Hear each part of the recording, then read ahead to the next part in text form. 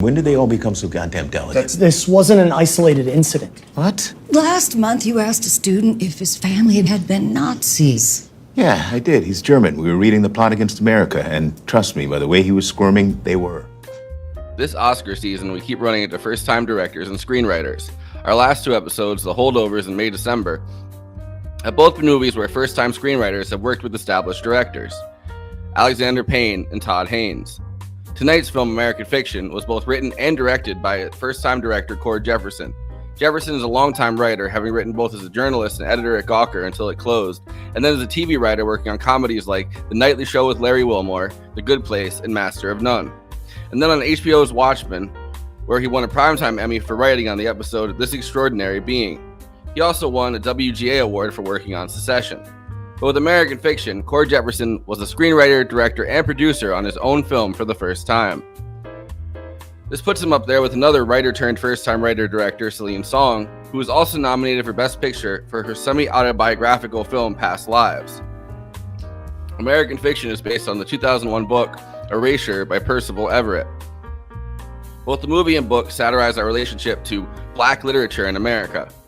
The world of literature is, of course, a very white industry, with white people allowed to sell and write whatever they want, but novels and books written by black authors being labeled as black novels or African American studies. I would imagine that this author, Ellison, is black. That's me, Ellison. Yeah. He is me, and he and I are black. Oh, bingo. No bingo, Ned. Very specific cultural notions of the African American experience, so-called, being published and selling. This work has sometimes been accused of being trauma porn or poverty porn, and the books and now movies focus on the black author themselves as central character. Novels, even when explicitly labeled as fiction, are treated as some form of autobiography, with the expectation that there is an authenticity to a hegemonic so-called black experience within the pages of these books. Erasure and American Fiction both follow an author and literature professor called Thelonious Monk Ellison, played by Jeffrey Wright. Monk has no connection to this world of poverty and blackness. His entire family are upper middle class doctors of various types. He hasn't published in years. I've written 3 novels since the last time you published. This is true, and the speed with which you write only proves that good things take time. Monk writes books exploring mythology that nobody wants to buy or publish. The type of literature Monk loves is dense, complicated, and not explicitly black at all. While stuck in a rut with no offers from publishers and placed on leave from his college, Monk becomes deeply upset with a book called Weeze Lives in the Ghetto. Too few books were about my people. Where's our representation? Would you read an excerpt? Yo, Sharonda, girl, you be pregnant again? In the movie, it's written by an author named Santara Golden, played by Issa Rae, a former publishing assistant who went to Oberlin College. The book is very clearly not based on her life, and Monk finds it to be the most pandering trash. This is kind of where the novel and movie must diverge in a good way, as 2001 was a very different political and cultural moment to 2023. The Weeze Lives in the Ghetto of Erasure is a parody of 90s black literature, especially pushed by Sapphire. I should have fucked you up, but I let you walk away, and I let you come get yourself together. But bitch, I'ma let you know if you ever pull that shit on me again, that will be your last motherfucking day standing. I promise you that. You gonna send a white bitch to my motherfucking buzzer? Talking about some higher education? You're a dummy, bitch. Push is the story of Precious, turned into a 2009 movie by Lee Daniels about an obese, illiterate 16-year-old black mother whose child is the result of a rape by her father. Monk goes home to see his sister Lisa, a reproductive health specialist who is going through a divorce and caring for their mother, who is showing early signs of Alzheimer's. Within a couple of days of Monk returning home, Lisa, played by Tracy Ellis Ross, has a heart attack and dies due to her high-stress lifestyle. What the hell did you give her? It's oxycodone, but knocks them right out. You gave her opioids to sleep? Yeah.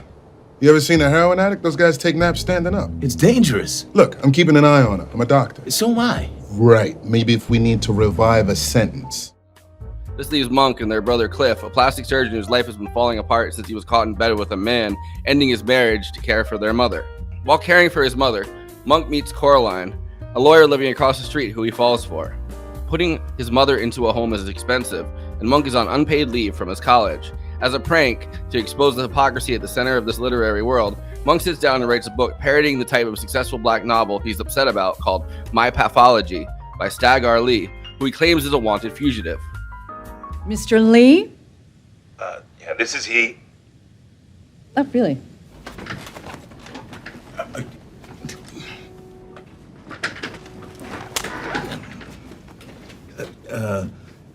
Yeah, god damn it.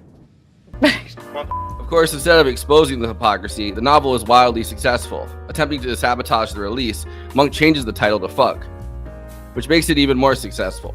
I am kind of fascinated by the massive cultural shifts we've had as a country since 2001 when Erasure came out. The movie makes light of this, and one of the central things that Monk keeps coming back to is the notion of police brutality. And Mr. Lee, is this based on your actual life?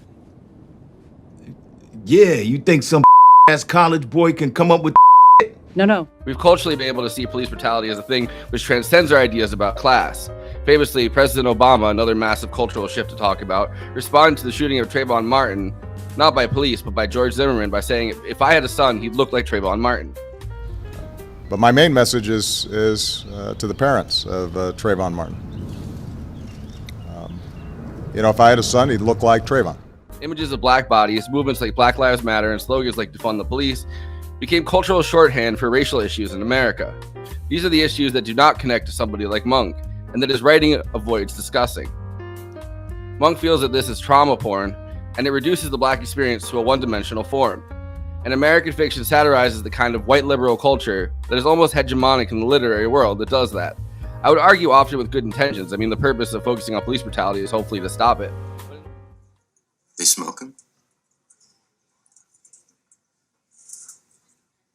It's perfect. Yes! That is perfect. But in a way that reduces each black life to a potential statistic, rather than a three-dimensional story. And as he says, my life is a disaster, just not in the way you'd expect from reading that shit. They gonna make your movie or what? Unfortunately, yes. Hey! You know what? Good luck finding someone handsome enough to play me. I think they have. What do you got? Tyler Perry.